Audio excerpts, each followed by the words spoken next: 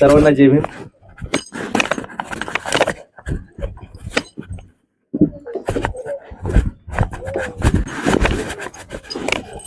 क्रांती सूर्य महात्मा ज्योतिबा फुले तुम्हा आम्हाचे सर्वांचे बाबासाहेब यांच्या स्मृतीला मी नम्र अभिवादन करतो. आणि त्या दोन्ही महापुरुषांच्या जयंतीच्या निमित्ताने आपण सर्वजण इथे एकत्र आलेलो आहोत. माझ्या अगोदर वक्त्यांनी बाबासाहेबांबद्दल जवळजवळ सगळी माहिती सांगितलेली आहे. आणि मला असं वाटतं की इथल्या लहान मुलापासून अगदी रिटायर्ड असलेले आमचे कांबळे सरांपर्यंत बाबासाहेबांबद्दल आणि महात्मा फुल्यांबद्दल सर्व काही माहिती आहे. म्हणजे आता प्रश्न जर विचारला तर सगळ्यांना सगळंच माहिती आहे. बाबासाहेबांचा जन्म 1891 साली झाला. तिथून पासून ते 1856 पर्यंतचा बाबासाहेबांचा सर्व काळ सगळ्यांना माहिती आहे. महात्मा फुल्यांचाही तसाच काळ माहिती आहे. मागच्या वर्षी खरं तर या ठिकाणी मला बोलवण्यात आलं होतं 14 तारखेला, पण त्या दिवशी त्या जयंतीचा उत्सव आणि मिरवणुका वगैरे या सगळ्या गोष्टीमुळे त्या दिवशी काही येणं झालं नाही. आणि अशा पद्धतीचा कार्यक्रम आपण पूर्वसंध्येलाच घ्यायचं ठरलं आणि त्या निमित्ताने आज या ठिकाणी आपल्या बरोबर संवाद साधण्याची मला संधी मिळते.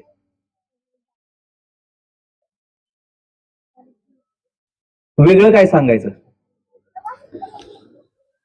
बाबासाहेबांबद्दल? आज फक्त बाबासाहेबांबद्दल बोलूयात आपण. पण बाबासाहेबांबद्दल नुसतं बोलायचं झालं आणि विस्ताराने जर बोलायचं झालं तर एक महिनाभर जरी आपण व्याख्यानमाला ठेवली तरी महिनाभरात सुद्धा बाबासाहेबांबद्दल बोलून होणार नाही, पूर्ण होणार नाही. आता जवळजवळ 7:15 वाजलेले आहेत. महिला सगळ्या इथे एवढ्या आहेत. पुरुषांना, लहान मुलांना भूक लागलेली असेल, मे बी काहींचा स्वयंपाक राहिलेला असेल बाकी. पण अशा वेळेला आता चर्चा करायची का, किती वेळ बोलायचा, हा खूप मोठा प्रश्न माझ्यापुढे पडलेला आहे. मला अपेक्षित नव्हते की असं मोकळ्या मैदानामध्ये आपण बोलणार आहोत सर. मला माहित नव्हतं. मला वाटलं एखाद्या खोलीमध्ये तुमच्यासारखे रिटायर्ड लोक काही आणि सुशिक्षित आपले नोकरी करणारे 8-10 लोक येतील आणि त्यांच्याबरोबर गप्पा मारायचे. आणि म्हणून वैचारिक थोडस घेऊन आलो मी. कारण आणि 3 पुस्तकं कोणते आणलीत तर ती मी मुद्दाम सांगायचे की सगळ्यांनाच माहिती व्हावी. एक पुस्तक आहे की doctor Babasaheb Ambedkar life and mission. हे डॉक्टर धनंजय कीर यांचं पुस्तक आहे. मराठीमध्ये आणि बऱ्याच सगळ्याच भाषेमध्ये जवळजवळ उपलब्ध आहे.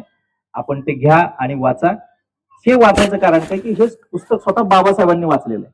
म्हणजे त्यांचं जीवन चरित्र जे अनेक ठिकाणी उपलब्ध आहे त्यामध्ये हे धनंजय कीरांचं पुस्तक जे आहे ते डॉक्टर 1954 प्रकाशित झालेलं आहे आणि बाबासाहेबांनी स्वतः ते सुरुवातीला वाचलेलं आहे आणि ते अप्रूव्ह केलेलं आहे.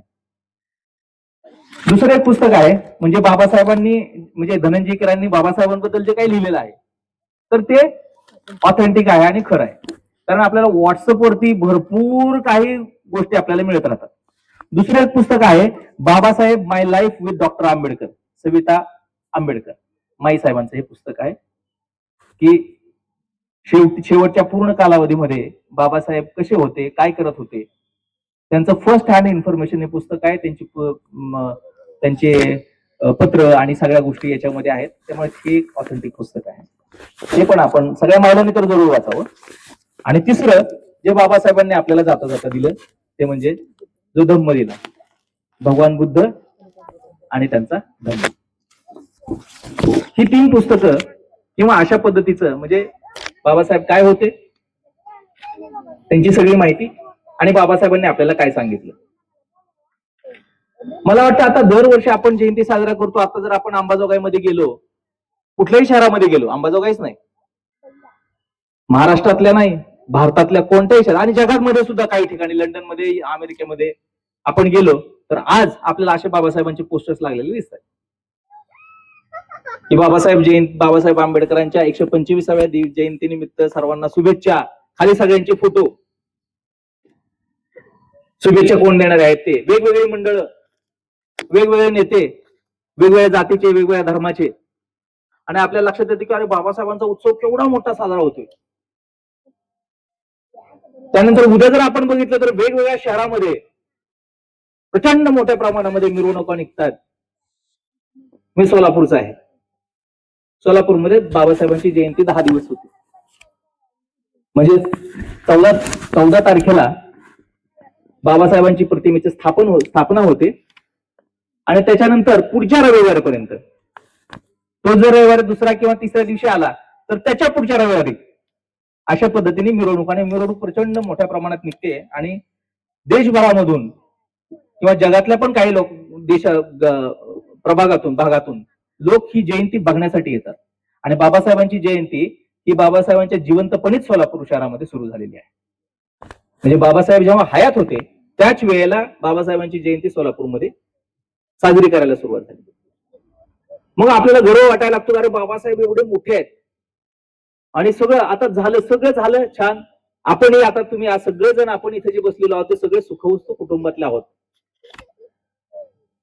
प्रत्येकाला शिकलेले लोक आहेत, विचारी लोक आहेत, नोकरी केलेले आहेत, काही रिटायर्ड झालेले आहेत आणि छान अशी घरं आपण बांधलेली आहेत, गाड्या आपल्याकडे आहेत आणि सगळंच आहे आपल्याकडे. म्हणजे कोणीही असा उपाशी नाही किंवा त्याला उद्या सकाळी किंवा आता रात्री जेवणाची भ्रांत कोणालाच नाही इथं बसलेल्यापैकी. आणि अशा लोकांमध्ये आपण आता चर्चा करतोय. म्हणजे आपल्या पोटापाण्याचा प्रश्न मिटलेला आहे. आपल्या तशा चिंता ज्या म्हणून ज्या काही ऐहिक चिंता आहेत त्या आपल्याला कडे नाहीये आणि त्यामुळे आता सगळे प्रश्न मिटलेले आहेत असं समज होणं साहजिक आहे. पण मला वाटतं मिटलेत का सगळे प्रश्न? मिटलेले आहेत किंवा नाहीत? मग काय करायचं आता? मिटलेले नाहीत, प्रश्न आहेत, मग काय प्रश्न आहेत आणि ते प्रश्न कधी कळणार आहेत आपल्याला? म्हणजे आज बाबासाहेबांच्या जन्मानंतर किंवा बाबासाहेबांनी प्रत्यक्षात सामाजिक कार्य करायला सुरुवात केल्यानंतर, लोकांशी बोलायला सुरुवात केल्यानंतर, सर्वसाधारणपणे 1920चा काळ आपण घेऊयात. कारण साधारणपणे 20 पासूनच बाबासाहेब मुख्यतः सामाजिक चळवळीमध्ये बाबासाहेब एकदम खूप ऍक्टिव्ह झाले आणि मूकनायक नावाचं एक पाक्षिक त्यांनी साप्ताहिक पाक्षिक काढलं त्यांनी. म्हणजे तिथपासून आपल्याशी बोलायला लागले. मग ते 1920 पासून आज आहे 2026, म्हणजे 106 वर्ष झालेली आहेत.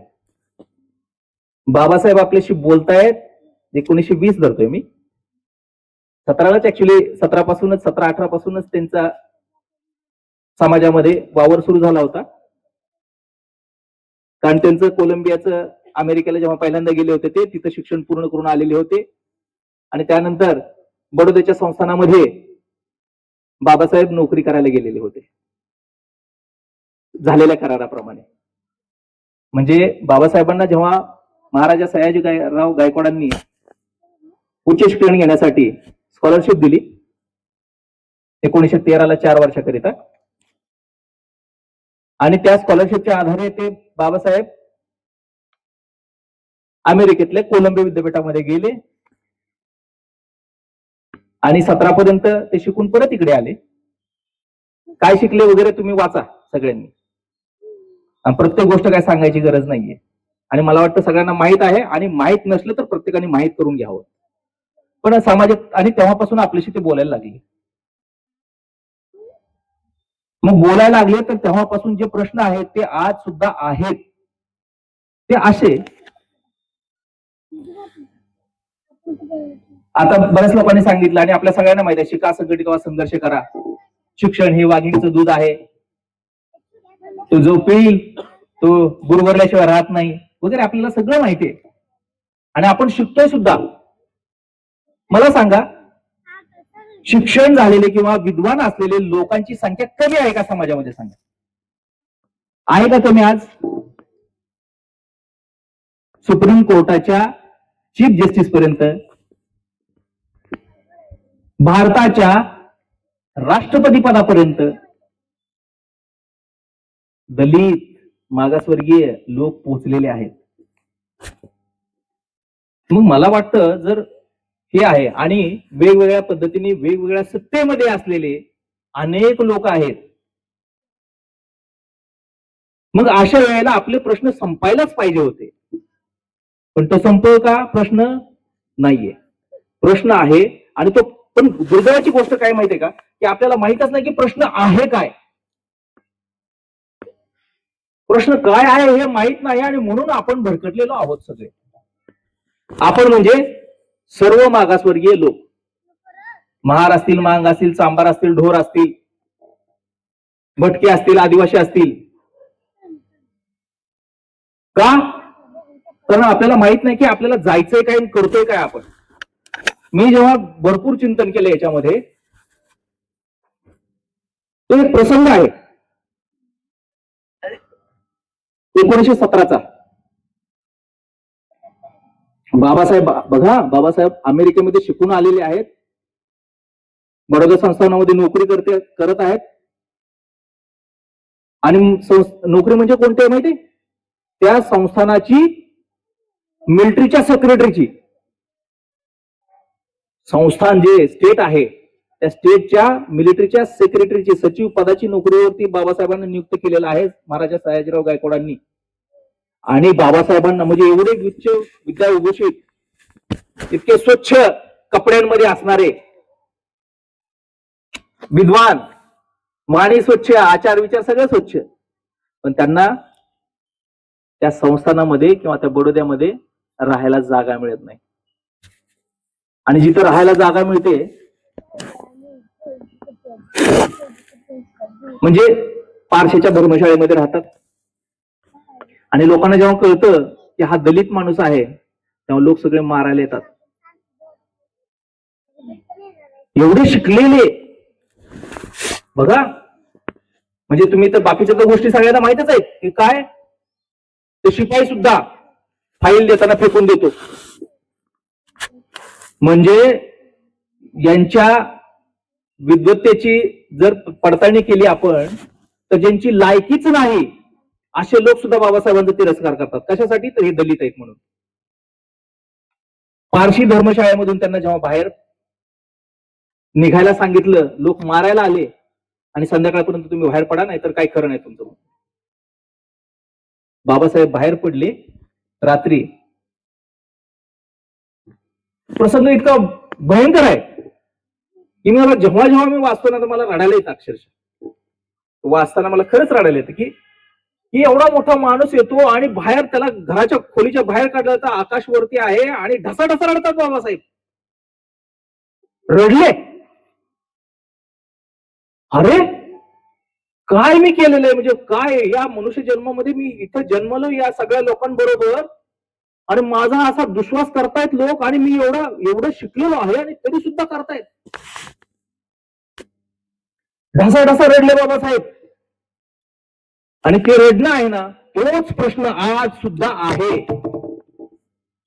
तुम्ही कितीही शिका सर, तुम्ही रिटायर्ड व्हा, मी कितीही मोठ्या पदावर असू द्या, पण माझी लायकी, मी एक दलित आहे आणि मी महार आहे, एवढीच असणार आहे, लक्षात घ्या. तुम्हाला जर वाटत असेल सगळ्या लोकांना, शिकलेल्या लोकांना आणि सुखवस्त कुटुंबामध्ये राहणाऱ्या लोकांना, की आपण शिकलो सगळं आहे, पण नाही.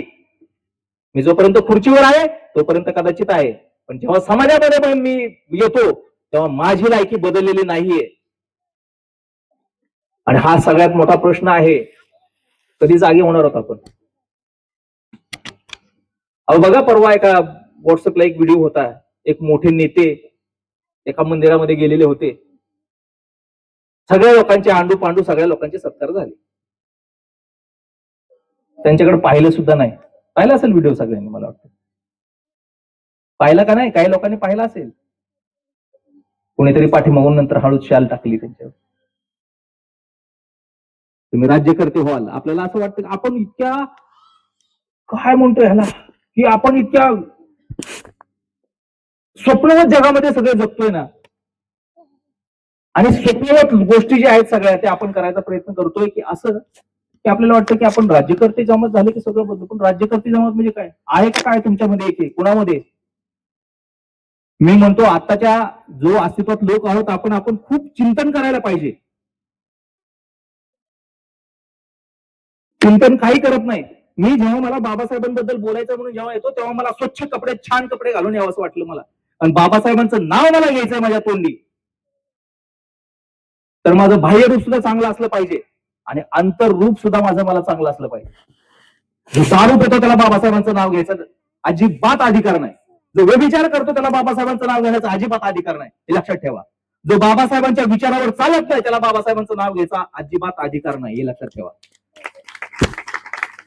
आणि काय मग आपण, मला सगळं माहित आहे, जय भीम जय भीम, बाबासाहेबांचा विजय असो. अरे काय विजय असो, बाबासाहेबांचा विजय कधीच झालेला आहे, जगाने मान्य केलेला आहे. तो विजय असो असं म्हटलं काय, नाही म्हटलं काय, काय फरक पडत नाही. आज प्रश्न एक आहे की बाबासाहेबांनी ज्या पद्धतीने सांगितलंय आणि जी दिवार, जी भिंत तुम्हाला पाडायची आहे ती तुम्ही पाडू शकताय का नाही, हा प्रश्न आहे. आणि ह्याच्याबद्दल कोणालाच काय वाटत नाहीये. मला इतकं वाईट वाटतं ना की काय करावं आणि कसं लोकांना समजावून सांगावं. कारण ज्यांना कोणाला समजायला पाहिजे अशा शिकलेल्या लोकांची जबाबदारी आहे ही. तुमची आणि माझी जबाबदारी आहे. मला समजतंय ना, तर माझी आणि तुमची जबाबदारी आहे हो ही. कोणीतरी मजुरी करतोय ज्याला पोटाची भ्रांत आहे त्या माणसाची जबाबदारी नाहीये. पण ज्यांना समजलं, ज्यांना कळलं, तर काय झालं, ज्याला समजलं, ज्याला कळलं तो झाला मोठा. प्रत्येकाला अहंकार, एवढा अहंकार आहे. हे सगळे काय म्हणतात माहित आहेत ना, मार सगळे फुगीर म्हणतात ना सगळे. प्रत्येकाला अहंकार आहे. अरे समाज म्हणून काय नाही का तुम्हाला. आणि म्हणून बाबासाहेब जेव्हा 1917ला ढसाढसा रडले तेव्हा एक लक्षात आपण ठेवायचं होतं सगळ्यांनी की आपल्याला, तुम्ही एकेकाने जर प्रगती केली, आता इथं बसलेल्या सगळ्यांनी एकेकाने प्रगती केलेली, प्रत्येक जण शिकलेला आहे, मी शिकलेलो, प्रत्येक आपली स्वतंत्र प्रगती आहे. समाज म्हणून आपण प्रगतीत शून्य आहोत. आज सुद्धा सर्व मागासवर्गीय समाज, बाबासाहेबांनी ज्या गोष्टी सांगितल्या त्या आपल्याला कळतच नाहीये. म्हणजे ठीक आहे, आरक्षणाचा लाभ घेतला सगळ्या आपल्याला, या कशासाठी की आपल्याला एक समज यावी. समज येण्याच्या दृष्टिकोनातून ह्या सगळ्या गोष्टी आहेत. पण एकदा समज आली की आपल्याला आपलं नेमकं अडलंय काय, आपल्याला नेमकं करायचंय काय. म्हणून परवा सुद्धा एका याच्या मीटिंग मध्ये मी, जेव्हा लॉ अँड ऑर्डरची मीटिंग होती आमची इथं, त्यावेळेला सांगितलं की लोक म्हणायचे डीजे लावायची जयंतीला. अरे करणार काय डीजे लावून. आणि मंडळ किती, 16 मंडळ. अंबाजोगाई शहरामध्ये 16 मंडळ, त्या सोलापूरमध्ये जवळ 100-150 मंडळ. आता प्रत्येक घराघरातच एक मंडळ व्हायचं राहिले. बाकी प्रत्येकाला वाटतं मी स्वतंत्र आहे. प्रत्येक म्हणजे असं आहे की जितकी तुमची मंडळ होतील ते या देशातल्या सगळ्यांना, बाकीच्यांना हवंच आहे, लक्षात घ्या. पण समाज म्हणून एकत्र जेव्हा तुम्ही प्रगती कराल, समाज म्हणून जेव्हा तुम्ही स्वच्छ वागायला लागाल, तुमचं आचरण स्वच्छ होईल, तुमचा विचार बुलंद होईल, तुमच्या मनामध्ये एक अधिष्ठान असेल, त्या गोष्टी जेव्हा असतील ना तेव्हा तुम्हाला तुमचा आदर करण्याची, आदर करायला सांगायची कोणाची गरज नाहीये. लोक आपोआप उठतील. समाजाबद्दल किंवा एखाद्या मागासवर्गीय बद्दल भाष्य करण्याची किंवा त्याचा तिरस्कार करण्याची किंवा त्याचा वापर करून घेण्याची इच्छा कोणालाही होऊ शकणार नाही. आज कसं झालेलं आहे, आपला सगळा वापर होतोय पण हे आपल्यालाच माहित नाही. सगळा वापर होतोय आणि सगळं वाटतं अरे मीच आहे, मी मोठा झालोय, मी एवढा अमुक झालोय, मी तमुक झालोय, मी मोठा अधिकारी झालोय, मी कलेक्टर झालोय, मी मंत्री झालोय. पण काय अधिकार आहे तुमच्याकडे सांगा मला. बाबासाहेबांनी म्हणलं तर राज्यकर्ते जमात आहे का, राज्यकर्ते जमात किती जरी मोठा मंत्री झाला तरी त्याला अधिकार आहेत का बघा जरा, आणि जर असतील तर मला सांगा. मग नाहीये ना. म्हणून समाज म्हणून आपल्याला पुढे जायचं आहे. म्हणून बाबासाहेबांचा संघर्ष तर आपण बघायचा आणि त्यातून हे शिकायचंय आपल्याला. मग बाबासाहेबांनी आपल्याला, लक्षात घ्या, 13 ऑक्टोबर 1935 ला बाबासाहेबांनी काय म्हटले होते बाबासाहेब? येवलेला एक परिषद भरली होती डिप्रेस क्लासेस मिशनची. सगळ्यांना इतिहास माहित असेल की मी हिंदू म्हणून जन्माला आलो, पण मी हिंदू म्हणून मरणार नाही, बरोबर. आणि त्यांनी नंतर 1935 नंतर काय केलं? शेवटी त्यांच्या आयुष्याच्या शेवटच्या पर्वामध्ये आपल्याला त्यांनी बुद्ध धम्म दिला. त्या बुद्ध धम्माचं आपण काय केलं सांगा मला? कोणाला माहित आहे बुद्ध धम्म हा काय आहे? कोणाला? त्रिशराने पंचशील सुद्धा काही लोकांना नीट म्हणता येणार नाही इथं, आणि जरी म्हटलं तर त्याचा अर्थ कळणार नाही. पंचशिलाचा ध्वज म्हणजे पंचरंगी ध्वज असं म्हणणारे लोक सुद्धा मला भेटतात. म्हणजे इतकं वाईट वाटतं की आपला उन्नतीचा काय मार्ग आहे हे बाबासाहेबांनी आपल्याला सगळं सांगितलेलं आहे. फक्त एकच गोष्ट आपण केली तेवढी तरी सुद्धा आपली उन्नती होईल. मग समाजाची उन्नती करण्यासाठी काय? पंचशिला मधलं कोणती शिला आपण पालन करतो सांगा? 5च शिला आहेत फक्त. साधं काय? अदिन्य दाना वेरमणी. जे माझं नाही ते नाहीये, मी घ्यायचं नाही किंवा चोरी करायची नाही असं त्याला म्हणा तुम्ही. अदिन्य दाना वेरमणी, मुसावादा वेरमणी. म्हणजे या जर सगळ्या ज्या आहेत, सुरामेरय मद्यपमा दठाना वेरमणी, आणि हे तर सगळ्यात जास्त आहे. दारू, व्यभिचार आणि आळस. समाज म्हणजे आळस. आळशी समाज हा कधीही प्रगती करू शकत नाही. म्हणून बाबासाहेबांनी जेव्हा एक हे लिहिलं अनिलेशन ऑफ कास्ट म्हणून वाचलं असेल सगळ्यांनी, जाती निर्मूलन. त्याच्याबद्दल कसं होईल जाती निर्मूलन?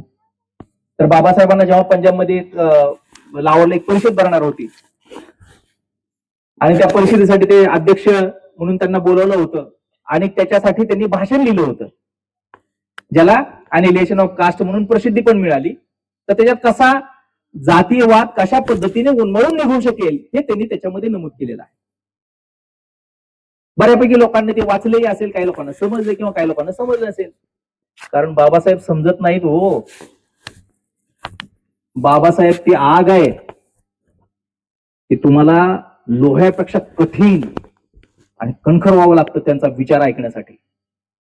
तुमचे कान शिशापेक्षा कठोर व्हायला पाहिजेत, तेव्हा कुठं बाबासाहेब तुम्हाला कळतील.